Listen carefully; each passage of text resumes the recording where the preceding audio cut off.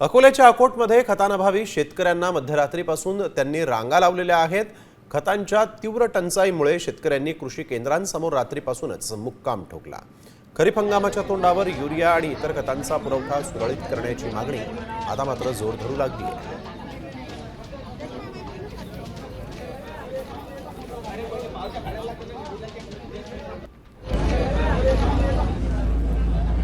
तर आपण बघतोय मध्यरात्रीपासून शेतकऱ्यांच्या रांगा लागलेल्या आहेत। भर उन्हात हे शेतकरी रांगेमध्ये उभे आहेत। अकोट तालुक्यात खत टंचाई मोठ्या प्रमाणात आहे।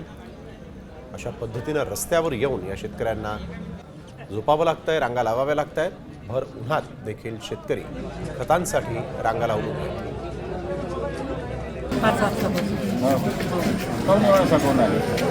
खतच नाही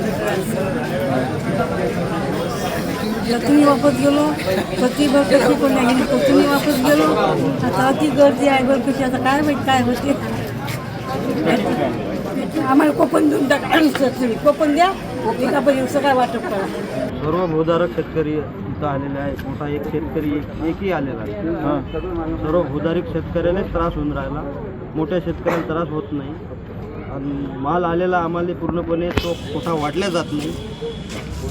इथं आले की 60-70 कुपन वाटल्या जातात, बाकीचा कोटा जाते कुठं। या शेतरस्त्यामुळे कास्तकाराला शेतातनी पाणी पडायच्या पहिलेच खत नेऊन ठेवावं लागते आणि पाणी पडल्यानंतर कोणाच्या शेतात खत जात नाही, त्यामुळे गर्दी झाली।